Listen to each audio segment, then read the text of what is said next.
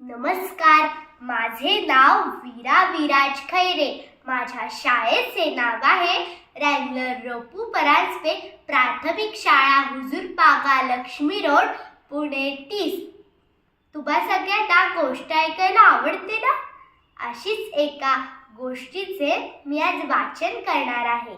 त्या गोष्टीचे नाव आहे नवे दोस्त.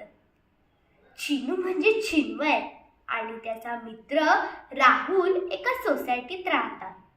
असंच एकदा रविवारच्या सकाळी चिनू खाली खेळायला गेला आणि त्याने राहुलला आवाज दिला, राहुल राहुल.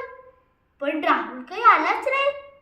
थोडा वेळ वाट बघून चिनूने पुन्हा एकदा हाक मारली, राहुल राहुल.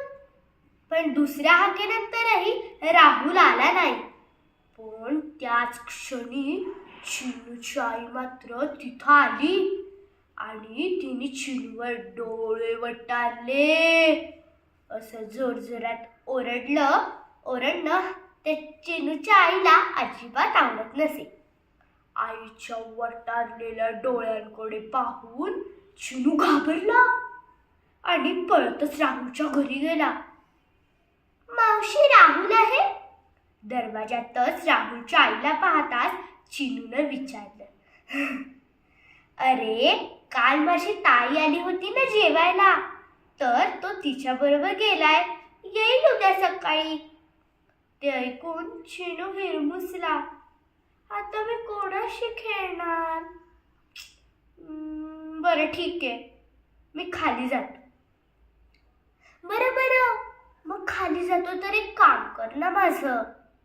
माई काका दिसले ना तर त्यांना मी बोलवलंय म्हणून सांग. चिनू बोलला, ठीक आहे, सांगतो. चिनू खाली आला आणि पाहिलं तर माई काका तिथे नव्हते. मग तो एकटाच बॉल घेऊन टप्पा खेळत होता. काही वेळानंतर त्याला बॉल खेळायचा पण कंटाळा आला. मग त्याला सोसायटीतील परब आजी आठवली आणि तो पळतच आजीच्या घरी गेला. पण तिच्या घराला तर कुलूप होतं. तसाच हिरमुसून चिनू परत खाली आला आणि त्याला माई काका दिसले.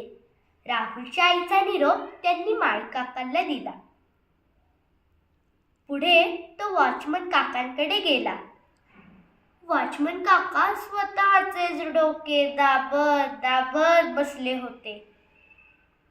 चिनूनं विचारलं, काका, मी दाबून देऊ का डोकं? मला येतं दाबता.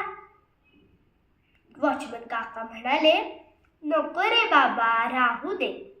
तितक्यात चिनूला माई काका एक रोप घेऊन येताना दिसले. त्याला बघून चिनू त्यांच्या मागे गेला आणि माई काकांना विचारू लागला, हे आता कुठं ठेवणार काका? अरे बाळा, हे ठेवायचं नाही. हे एक खड्डा खणून त्यात हे रोप लावायचं.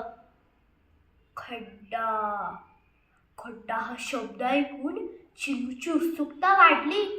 चिनू काकांना बोलला, काका, मी करू खड्डा? मला येतो करता.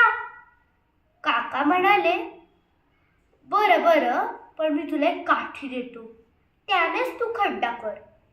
आणि मग माई काका आणि चिनूने दोघांनी मिळून खड्डा केला.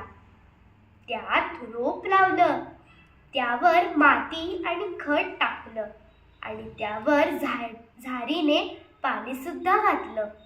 चिनूला एक वेगळाच अनुभव मिळाला होता, झाडं लावण्याचा. तो खूपच खुश झाला होता.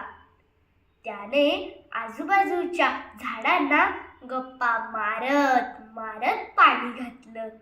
चिनूला झाडांच्या रूपात एक नवीन दोस्त मिळाले होते. धन्यवाद.